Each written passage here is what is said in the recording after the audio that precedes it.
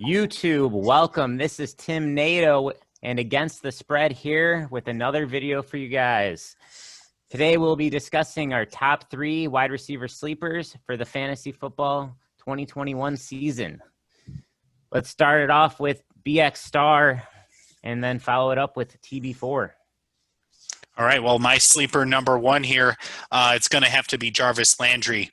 Now, if you looked at our previous videos discussing quarterbacks, we had Baker Mayfield in there for, I think it was yours, Tim Nato. The thing is, I think there's just so much talent on that team that he's going to have ample anywhere he's going to want to throw it, he's going to be able to do that. So last year, Jarvis Landry, he had 83 catches on 138 targets. He did have over 1,000 total yards, 1,174, and 6 touchdowns. For my sleeper number 2 wide receiver, I went John Brown. I think Buffalo is going to have a really good season this year. They might not even have that much issues winning their division, actually. We might discuss this in a future video. But John Brown, he has capability of having those big plays.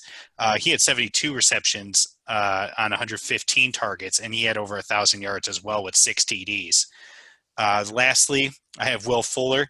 I like those big play wide receivers. Will Fuller, if he can stay healthy, I think he's going to be another one of those big play wide receivers. It did hurt that they got rid of DeAndre Hopkins, but they did add some, I guess, balance there with Brandon Cooks and Randall Cobb that TB4 will be discussing here shortly. So the one pick I kind of disagree on is Jarvis Landry. I mean, there's just so many mouths to feed inside of Cleveland. I mean, Odell is going to be demanding the ball. Austin Hooper they picked up. They have a 2-back set.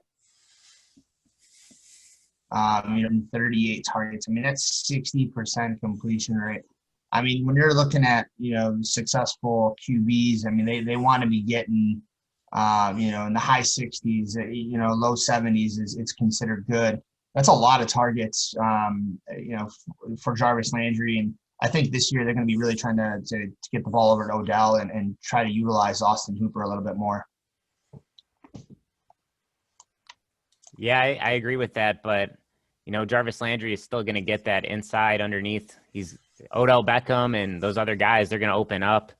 They're going to open up the underneath passing route. So I think BX Star got a good pick there with Jarvis Landry. TB4, you want to go over your sleeper picks?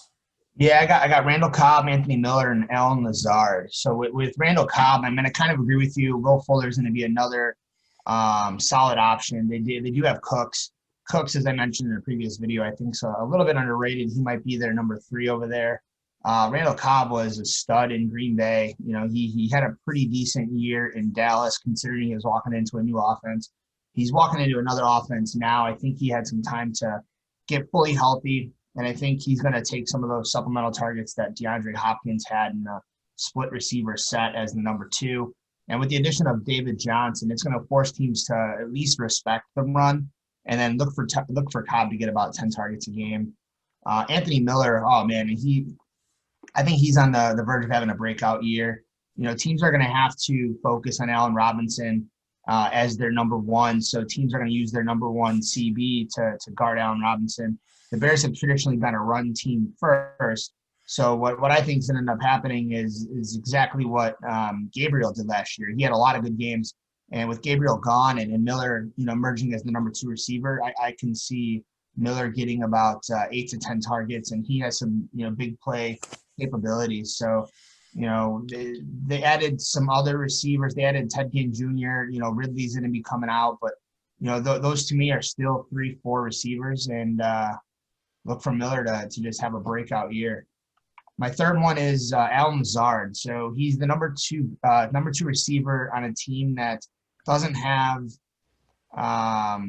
really a number 2, 3, and 4 receiver. Right? So with Aaron Jones and Devontae Adams, basically that offense, and A.J. Dillon, looking to take some of the carries away from Jones. I'm looking at Adams getting some of those passes taken away, and if Lazard stays healthy, he's going to be a really good late round draft. He may not be a starter in most lineups, but he might be somebody you might want to toggle in between, some of your other receivers.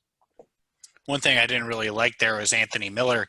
The thing is, the Bears' offense is always questionable. Mitch Trubisky, you don't know what you're going to get out of him. Is he going to be the guy, the gunslinger, that's going to be able to throw it down the middle over to Anthony Miller, who's doing a crossing route and get up the sideline? If he's able to do that every game, I mean, he's going to have a great season. Again, last year they didn't really have the greatest rushing offense either. But if they're able to turn it around with the Montgomery, Tariq Cohen 1-2 punch, I guess that's possibility that Miller does open up the offense for him. Yeah, I think Anthony Miller's future really depends on who is quarterbacking the Chicago Bears. From what I've heard, Nick Foles is actually the front runner there. And I think if Nick Foles is the quarterback, there's going to be less targets going to the tight end and more going out wide. And I think in that case, Anthony Miller might be getting his breakout season. So, I mean, there's two ways to look at it. If Jimmy Graham is healthy and he actually has a good year, he's going to be another target for the Bears. Last year, if you guys recall, we were having this conversation with quarterbacks, and I was the only one that actually believed in Lamar Jackson because supposedly he couldn't throw the short ball. Well, we'll come to find out he learned, and he became the number one quarterback in NFL. So I'm not saying that's going to happen with Mitch Trubisky. I mean, there's just no way in hell, but he could have a better season. His accuracy could have improved a little bit. And if Nick Foles does step in as the starter, I think it only helps Anthony Miller in that slot role. So, we'll see on day one. We'll see where the quarterback battle takes us. But I still think Anthony Miller is going to be a big part of that offense.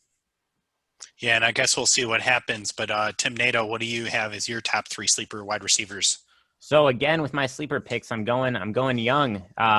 I got Michael Pittman Jr., the rookie that the Colts drafted in the first round. I also got Deebo Samuel and Preston Williams. So Michael Pittman Jr., this is a no-brainer for me. You only really got one other receiving threat on the Colts with T.Y. Hilton, and I think that's going to open things up. And with Phillip Rivers being the new quarterback for the Colts, you look at what he's done in the past when he's got a big receiver like Michael Pittman. Michael Pittman's 6'4". He's big. He's got good speed. Ran about a 4.5 in the 40-yard dash. When Phillip Rivers had Vincent Jackson and Mike Williams, those guys are getting, 9, 10 touchdowns. He's looking for them in the red zone. He likes those big targets, and he likes to throw to them if they're covered or not. So, he's going to get his opportunities to really have a good season. Besides him, I got Deebo Samuel. He really came on, and he's now the number 1 receiver for the 49ers. And the thing I like about Deebo Samuel is the 49ers, if you look at the playoffs, they were giving him multiple rushing opportunities, and he was getting, 20, 30, 40, 50 yards in a score and scored a couple of rushing touchdowns too. He's going to be a big part of that offense. Jimmy Garoppolo is going to have to find a way to get him the ball. And then lastly, I have Preston Williams. Preston Williams is the Dolphins' number 2 wide receiver. And he was having a great year to start on a really bad team last year until he went down with a torn ACL. He was actually out targeting Devontae Parker in the beginning of that season, as a rookie. And he was, if he can bounce back from that ACL injury, he's gonna be a superstar. I actually really like your Preston Williams pick. He's a big target. I mean, he's 6'5", 6'6", 220 pounds. He has some great hands. I'm not saying he's, Megatron status or even, in that caliber, but, if he gets those targets and he makes some plays, for Fitzpatrick, early, he's gonna emerge as the number 1. Devontae Parker has had some issues in the past staying healthy. A lot of people forget this, but Allen Hurns is actually on that team now too. He came out of, I believe, Jacksonville, and he might take some time too. So we'll see how many targets he gets. I think if Parker and Hurns stay healthy or get healthy, they're gonna have some weapons. I don't know if I really like that Michael Pittman. I'm just not high on Phillip Rivers as a quarterback in general. I think when he gets down on himself, he wants to blame everyone around him. He doesn't do anything. He's not like the leader. I don't see him as like a leader role. You don't see Phillip Rivers as a leader? No, when he was on the Chargers, dude, he would just lob the ball up and just get picked off and go the other way. And he's blaming his wide receivers. Like, I don't know. He's just not doing as well as he's going to lob it up, and Michael Pittman's going to come down with it. That's fine. You look at the receivers. You got a Jameis Winston out there lobbing the ball up. He's going to get picked, but that doesn't hurt Michael Pittman. It just gives him more opportunities for big plays and touchdowns. So I'm good with that. I just think Phillip Rivers is he's getting up there in age, and he's just not able to move as well as he was. I guess we'll see. Well, this concludes, our sleeper top 3 receivers each. Please subscribe, like the channel, hit that notification bell, and stay tuned for the next video.